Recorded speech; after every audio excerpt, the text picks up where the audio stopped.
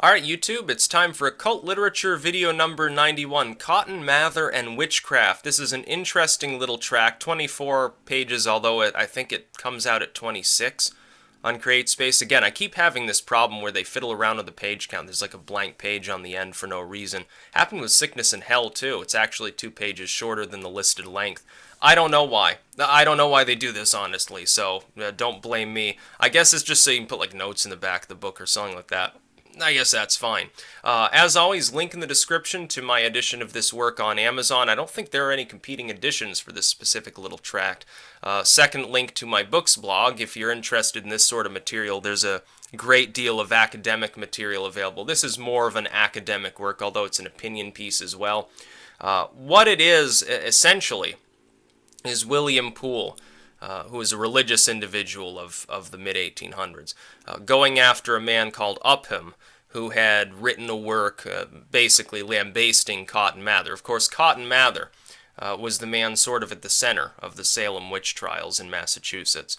And opinions vary on his actual degree of fault involved. What this work points out is that actually Mather is somewhat exonerated from the specific criticism of Upham. It also points to his intellectual expertise, which I didn't know this, but apparently Cotton Mather was fooling around with breeding corn and taking notes on it that are surprisingly similar to Gregor Mendel 100 years later. So he was obviously not an intellectual lightweight. Yes, he was extremely religious. He was a Puritan, but at this neo-Puritan. But at the same time, he was an intelligent and academically educated individual. And honestly, I find this work somewhat compelling when you consider the fact that Mather was, for instance, actually chosen to console those who had been blamed for witchcraft, to give them counsel. That does seem rather odd, considering Mather supposedly was a horrible sadist who wanted to export the Salem witch trials to Boston and go on a pogrom there.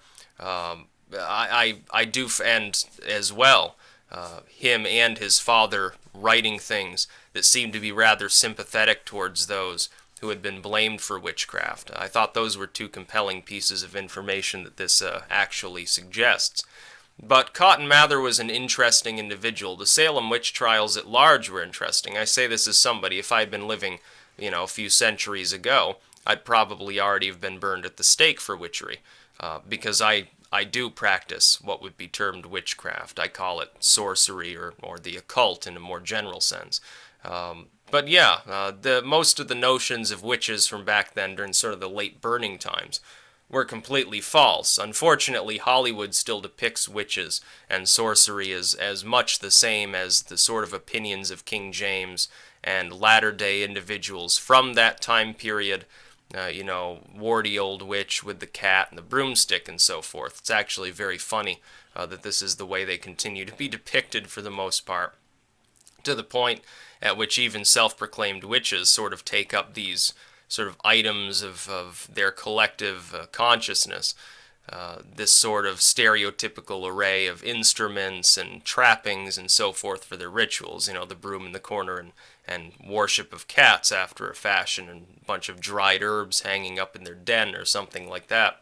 But this is a very interesting work. For those of you who are more into the academic side, specifically with like Burning Times, Salem witch trials, witch hunts in general, this is an invaluable little piece. You have to understand, it is written from a specifically religiously Christian perspective.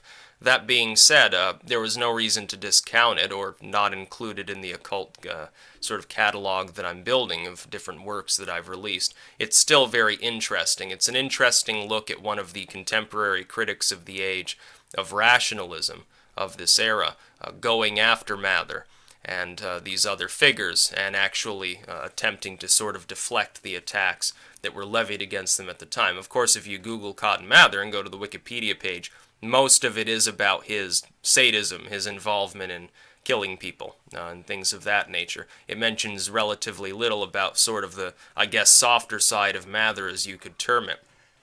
Perhaps there were others at the time who were slightly more responsible for much of what was going on in that era.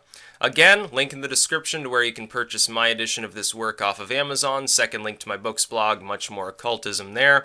That's about all. Peace out.